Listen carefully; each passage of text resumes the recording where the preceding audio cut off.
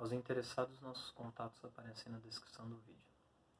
Vou iniciar hoje falando de uma polêmica que tem surgido no interior do movimento popular, da imprensa, dos partidos e organizações de esquerda a respeito dos vazamentos de conversas de procuradores da Operação Lava Jato e do atual ministro da Justiça e da Segurança Pública, Sérgio Moro.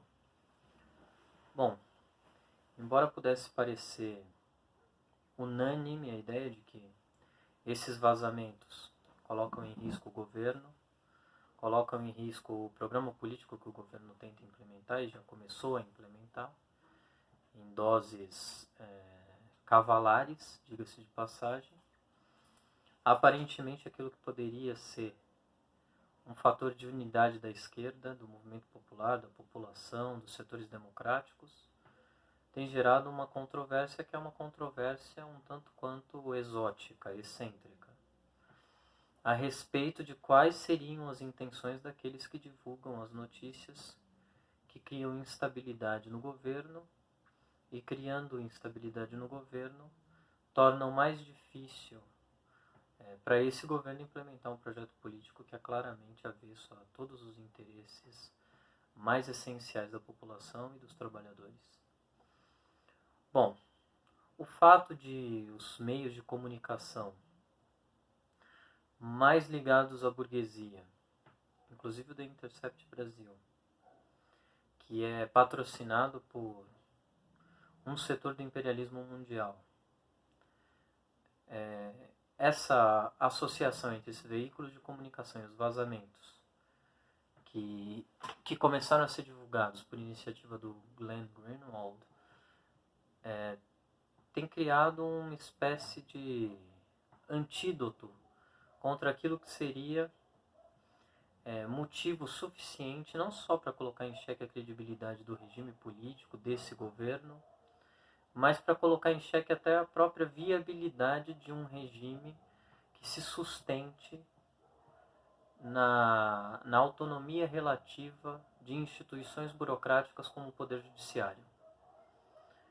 Embora se tenha aberto aí as portas para que essa denúncia fosse feita com base num dado empírico ou num conjunto de dados empíricos avassalador e bastante grande, suficientemente grande para envolver personagens de grande relevo como o próprio presidente da República, como o Poder Judiciário, os ministros do Supremo Tribunal Federal, um juiz que é símbolo de toda operação que levou ao poder Jair Bolsonaro, etc, etc, etc. Apesar disso, há quem questione as intenções subjetivas, objetivas, seja o que for, daqueles que têm trazido à tona os diálogos que mostram com uma clareza difícil de questionar a parcialidade da justiça na condenação de Luiz Inácio Lula da Silva, o ex-presidente.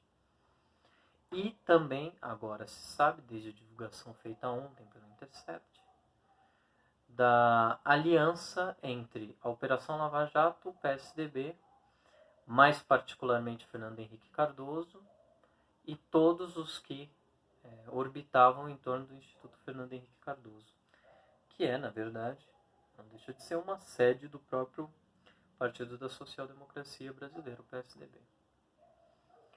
Essa associação, que é constrangedora mesmo para aqueles que são mais entusiastas da Operação Lava Jato, ainda não foi suficiente para despertar na esquerda, nos sindicatos, nos movimentos populares, no movimento estudantil, dentro dos partidos políticos que são oposição ao governo, à luz de que este governo está em queda livre e essa queda pode ser acelerada a partir da organização de grandes mobilizações populares. E essas mobilizações populares são tão possíveis que, mesmo espontaneamente, no Mineirão e no Maracanã, recentemente durante a Copa América, se pôde ver que há uma inclinação muito grande da população, mesmo dos setores médios, a questionar o governo, Agora, os limites desse questionamento não estão dados ainda. Ao que tudo indica,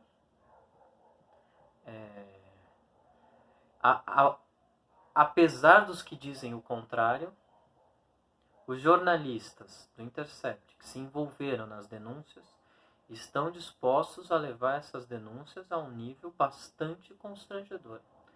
Pode até ser, isso seria objeto de especulação, que se queira poupar esse ou aquele setor, esse ou aquele político, esse ou aquele órgão de imprensa. Mas isso é uma especulação. E afinal de contas, nenhum de nós, apesar da promessa feita pelo Glenn Greenwald de divulgar todo o material na íntegra depois das revelações serem feitas, nenhum de nós pode dizer com segurança quais são os dados de que esse ou aquele veículo de comunicação dispõe.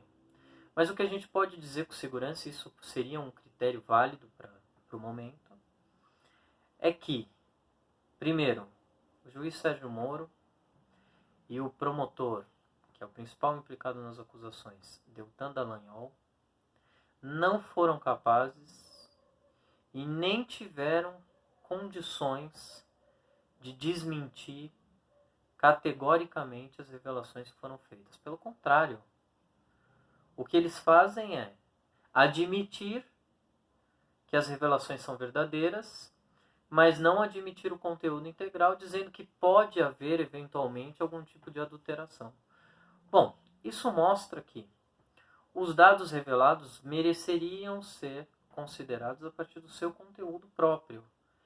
E o seu conteúdo próprio, ele tem um valor muito grande para aqueles que querem expor a verdadeira face do regime político, independentemente de qual seja a ideologia política que move esses setores.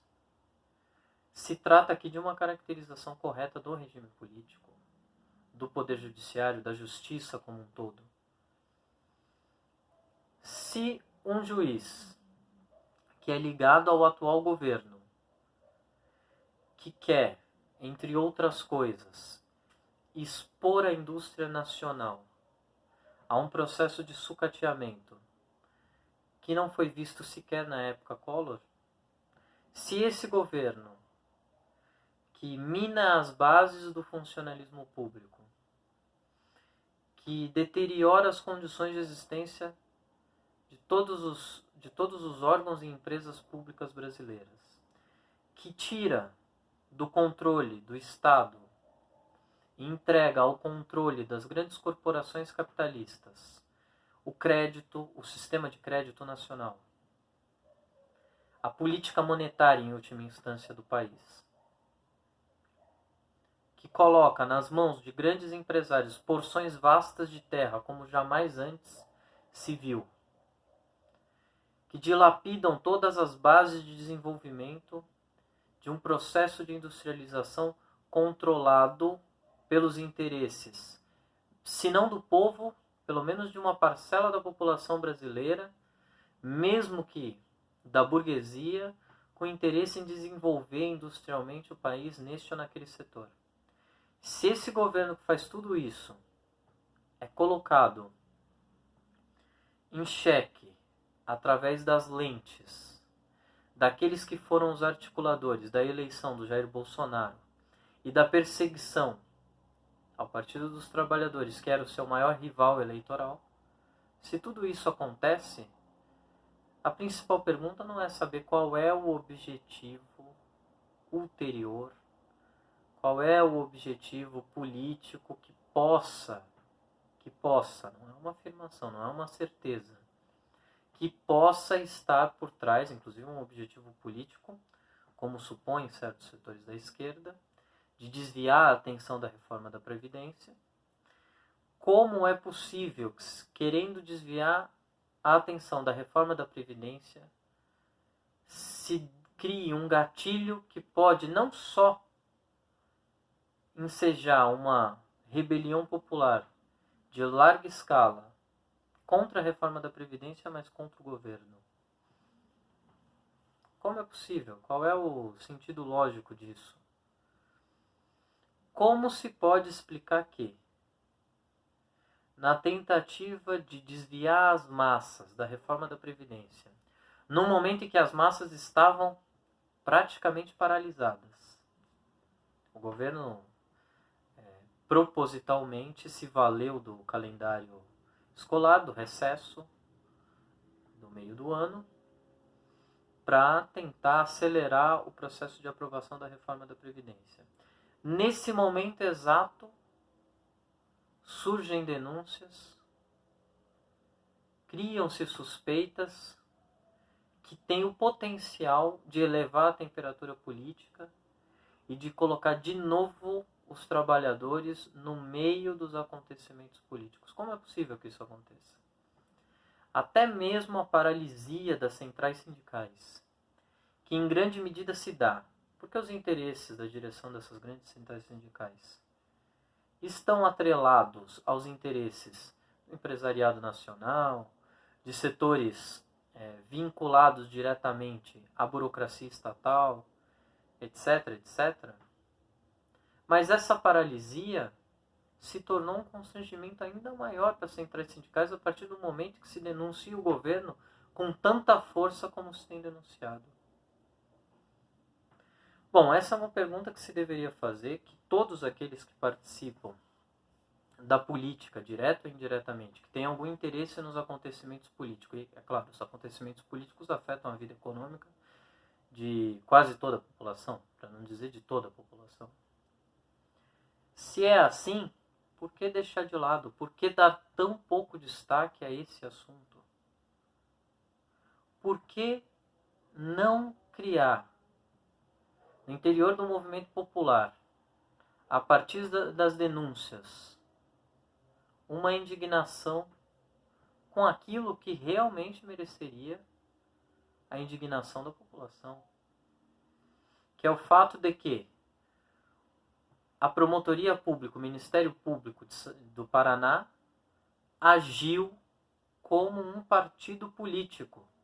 Usou o poder de Estado para direcionar suas investigações e eleger candidatos. Bom,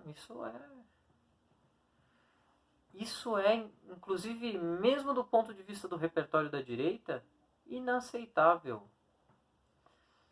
Quando se ia às ruas dizer que não se gostava da política, que a política era um mal, não é possível que se estivesse tirando do panorama a participação política de agentes públicos que têm certos compromissos, inclusive o compromisso da neutralidade. Será possível que algum arcabouço teórico consiga dar uma explicação razoavelmente convincente que justifique os atos dos procuradores da Lava Jato, que justifique a atitude e o comportamento do Sérgio Moro? Bom, nesses atos que estão sendo convocados para o dia 10 pela Frente Brasil Popular e pela Frente Povo Sem Medo, embora os atos sofram de uma deficiência que já é uma deficiência, poder-se dizer, crônica do movimento popular e sindical, de serem atos muito espaçados, que acontecem com um grande atraso, que não são preparados de maneira adequada.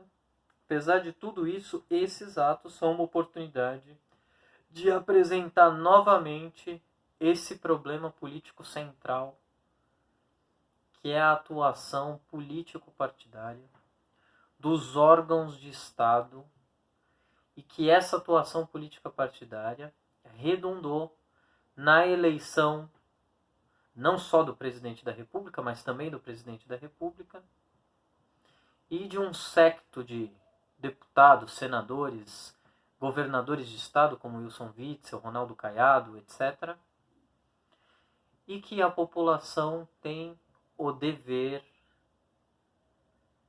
e os dirigentes populares têm o dever de questionar a legitimidade de todo o processo eleitoral de 2018, da forma como se organizam essas burocracias estatais, que retiram um direito que mesmo do ponto de vista de uma sociedade que os direitos são todos minguados e deformados, é um direito essencial, que é o direito ao voto. Retira mesmo esse direito limitado, com todas as limitações, com todos os problemas que tem, de toda a população. No dia 10, nós faremos questão de, no nosso material de propaganda, nas faixas que nós formos levar aos atos, de questionar mais uma vez a legitimidade do governo. A legitimidade do governo que implementa as medidas que alguns querem crer são mais importantes do que o próprio governo. Ou seja, denunciar essas medidas seria mais importante do que denunciar o próprio governo que as aplica. E que não as aplica incidentalmente. Isso faz parte do seu programa político. Que é um programa político que, nos próximos 4 anos, terá condições, caso não haja uma reação popular de grande intensidade, de desmantelar totalmente tudo aquilo que se pode entender como garantias legais da população. Isso é iminente, está dado. É algo contra o qual nós ainda podemos lutar. Porque no futuro nós não sabemos quais serão as condições em que se poderá desenvolver um processo político de intensidade comparável ao processo político que se pode organizar hoje. Bom, uma outra questão que nasce dessa: como organizar os atos e qual o caráter da propaganda política que se deve fazer dentro dos atos. Uma das polêmicas que, infelizmente, pelas circunstâncias, nós somos levados a desenvolver, embora nos pareça uma polêmica inglória,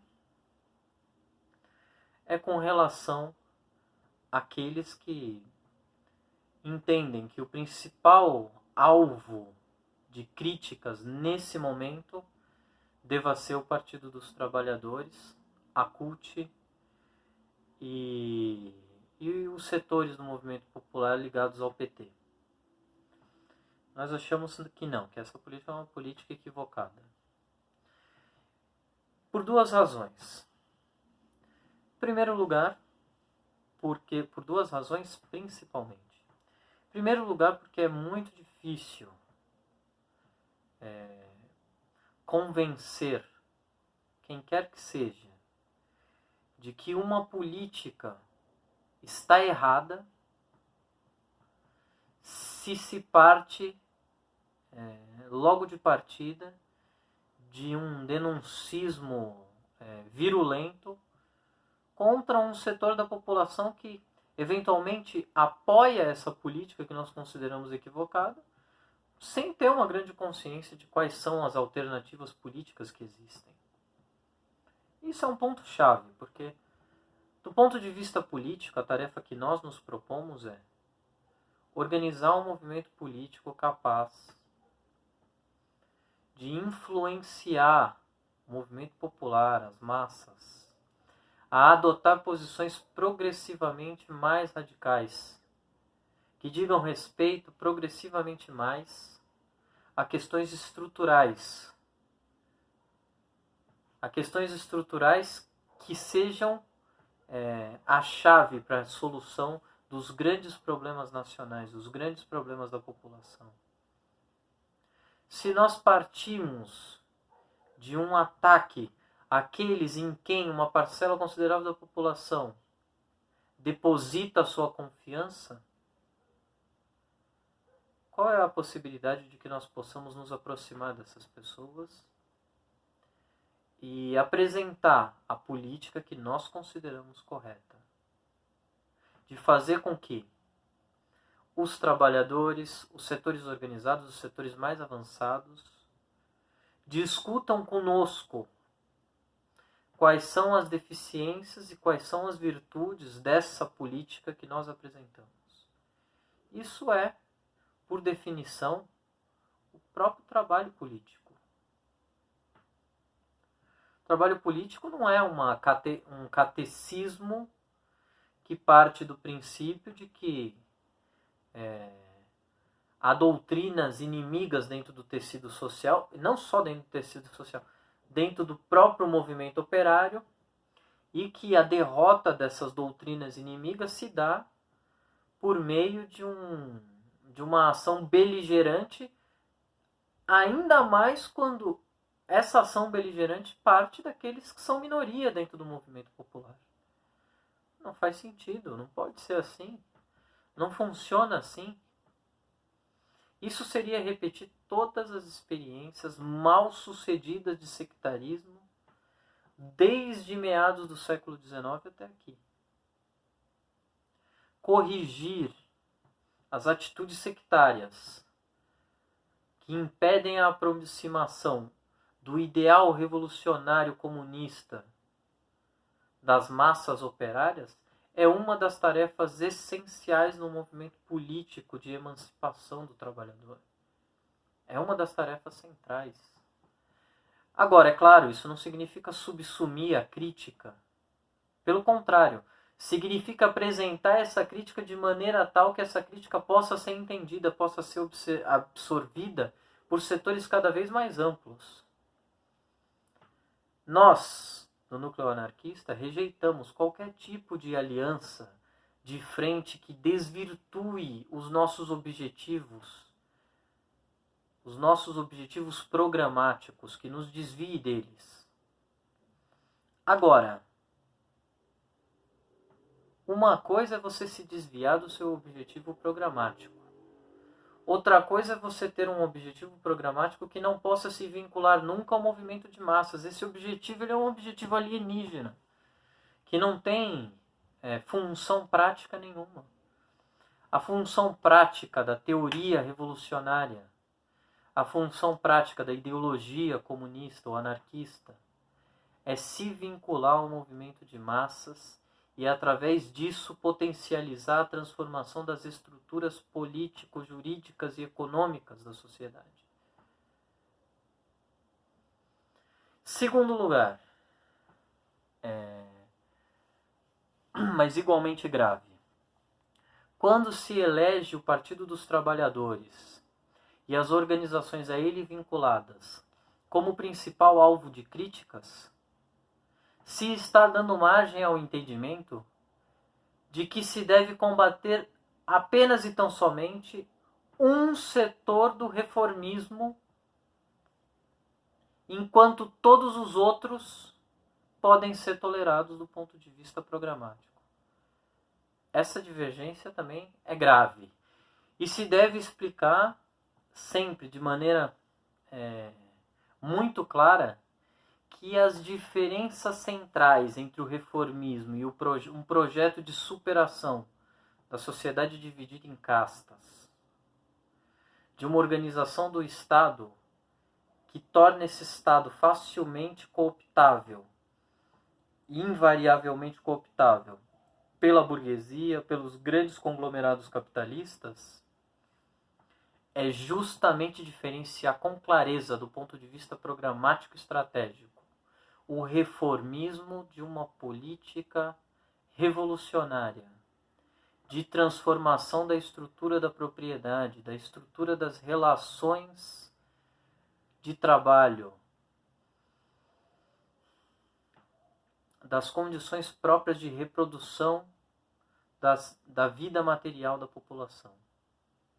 E desse ponto de vista não há que se poupar nenhuma forma de reformismo, nem o centrismo, que é o centrismo para muitos parece algo incompreensível. A política da pequena burguesia, dessa pequena burguesia que oscila entre posições reformistas e revolucionárias, na definição de Trotsky. Esse centrismo, ele na verdade tende sempre à luta corporativa, e aqui no Brasil particularmente a luta corporativa do funcionalismo público. PSOL, PSTU, essas são organizações da pequena MRT, essas são organizações da pequena burguesia que renunciam, ora de maneira mais explícita, ora valendo-se de subterfúgios, de uma proposta de reformulação das estruturas políticas e econômicas no sentido do fim da propriedade privada dos meios de produção, do fim da democracia, dessa democracia, que é, na verdade, a autonomia relativa das burocracias estatais, ao fim da polícia e do exército separados do povo. Renunciam à ditadura do proletariado, ou seja, a ideia de mecanismos políticos controlados diretamente pela população, a ideia de que esses mecanismos políticos democráticos no sentido etimológico do termo, estejam relacionadas diretamente à democratização da economia.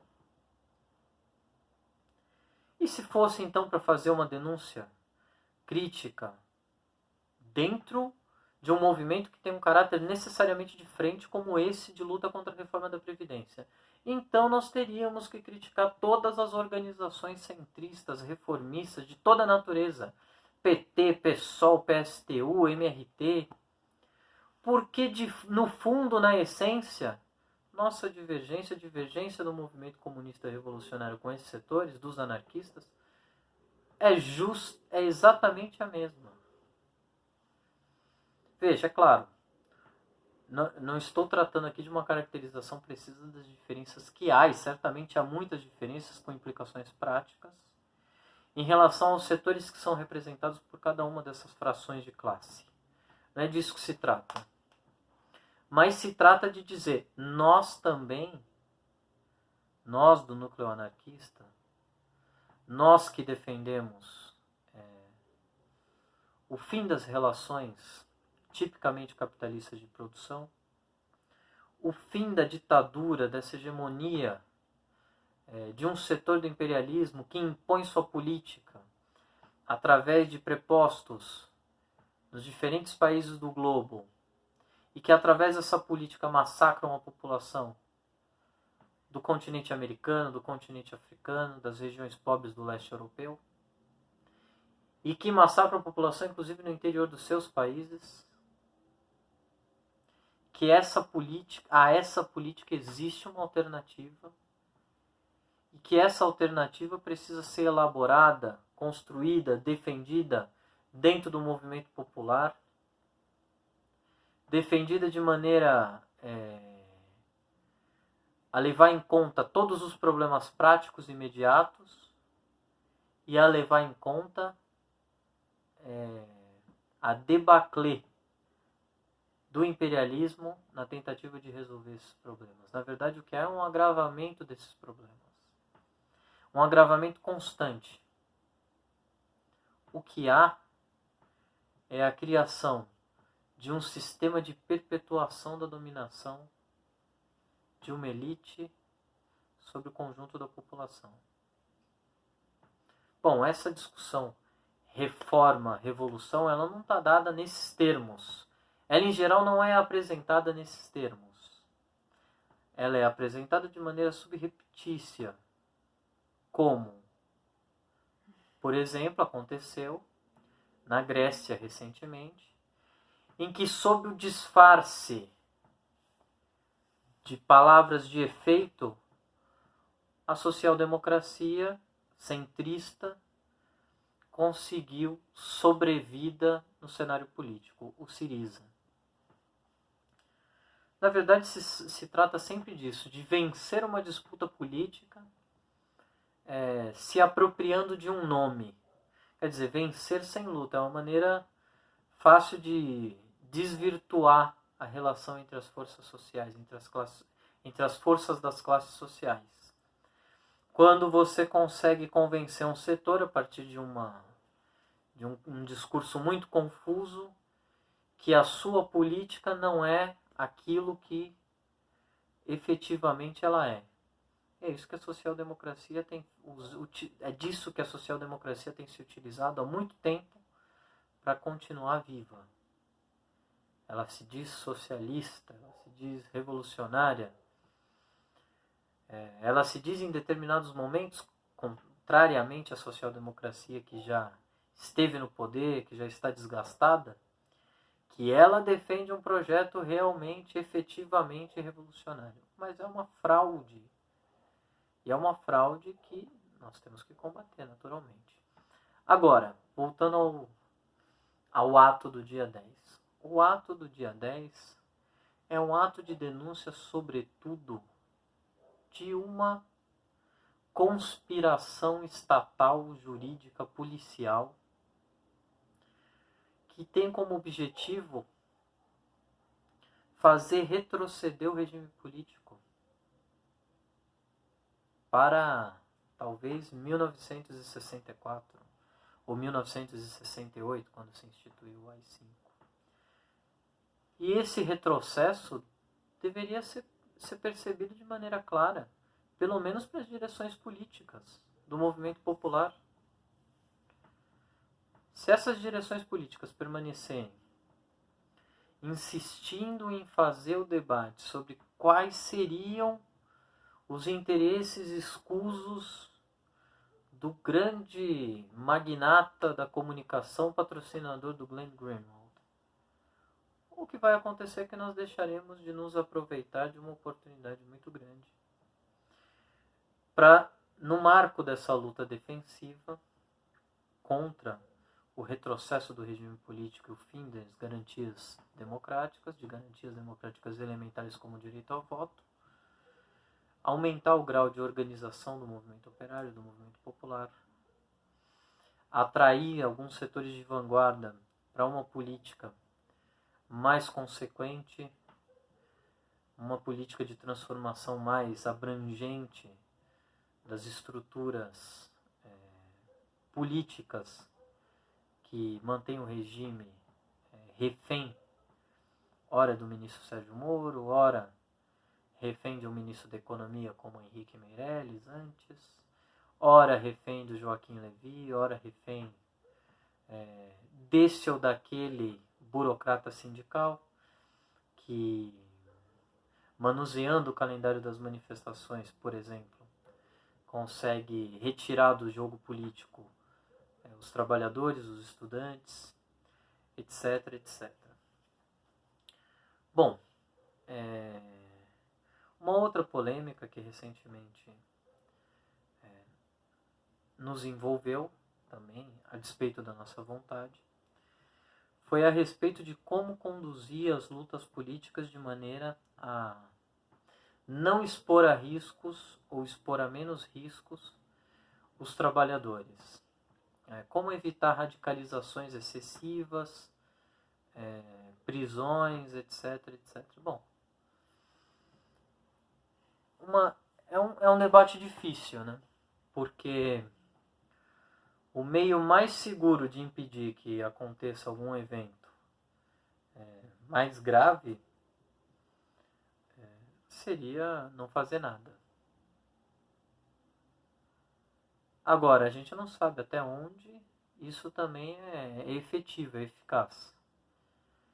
Será que se os escravos negros não tivessem nunca se rebelado, eles teriam deixado a condição de escravos?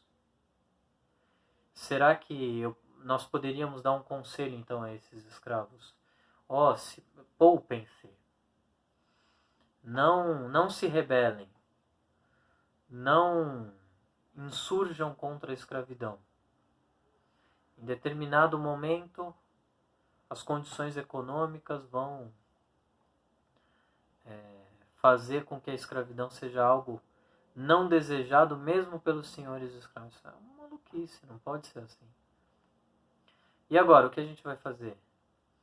Vamos aconselhar todos a fazer atos que sejam perfeitamente ordeiros, em que ninguém transgrida lei nada. Vamos andar na calçada, se for preciso, e deixar as ruas livres. Mas a quem interessa esse tipo de política? Eu estou dizendo isso, pode parecer que não faz muito sentido, mas recentemente, no interior do Sindicato dos Trabalhadores da USP, se instalou essa discussão a respeito do que fazer para evitar que haja punições para os trabalhadores que participam dos atos, da manifestação. Nós queremos fazer tudo o que for possível para impedir que isso aconteça, mas não vamos dizer aos trabalhadores que eles não podem reagir contra as atrocidades que são praticadas pelo governo. E embora nós não concordemos com muitas das coisas que se faz aí a pretexto de radicalizar o movimento, nós temos um lado aqui nessa discussão. E o nosso lado é a defesa do direito de manifestação, a defesa daqueles que se insurgem contra, por exemplo, o fim do direito previdenciário. Nós vamos continuar a defender isso. Se em determinado momento for preciso investir numa ação mais incisiva do movimento popular contra os órgãos de repressão do Estado, infelizmente, não há o que fazer. Nós vamos defender o movimento popular contra os órgãos de repressão do Estado. Os órgãos de repressão do Estado, eles são profissionais em forjar acusações contra o movimento popular.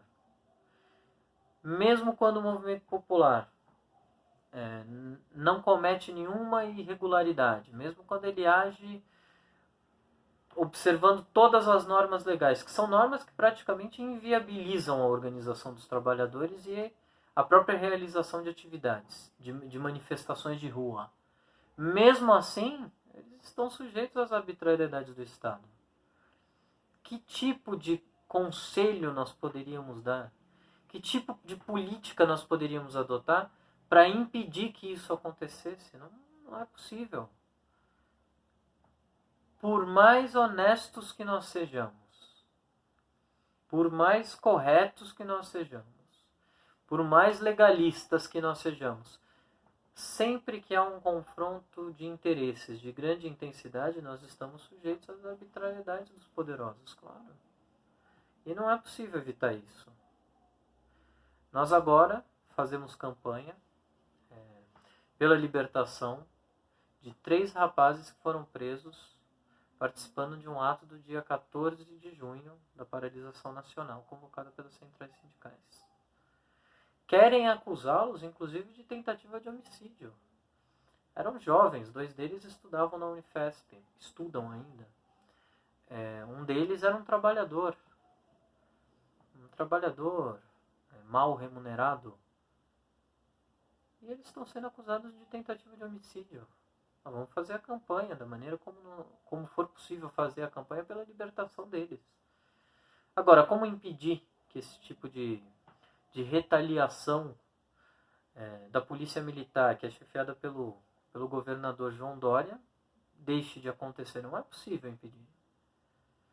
Se a fórmula para impedir é fazer um tipo de manifestação que não provoque nenhuma reação, que não impeça, por exemplo, a aprovação de um projeto antipopular como esse da reforma da Previdência no Congresso.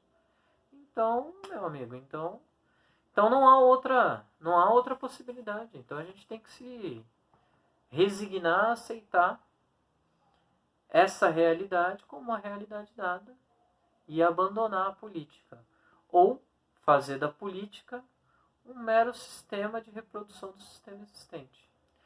Porque as vias eleitorais, e já se tentou reabilitá-las à exaustão, elas sempre conduzem ao mesmo beco sem saída. Os grandes financiadores de campanha, sejam pessoas físicas ou jurídicas, tanto faz, elegem os seus candidatos, criam um mecanismo de propaganda que inclui principalmente as grandes emissoras de televisão, de maneira tal a dar popularidade àqueles candidatos que representariam melhor os interesses da burguesia, e a esquerda batendo cabeça para tentar eleger alguns deputados, senadores, eventualmente até consegue eleger alguém para um cargo executivo, mas ele também está algemado, porque, afinal de contas, quem controla a economia controla a política, e quem controla a economia não são os partidos de esquerda. Bom, é isso.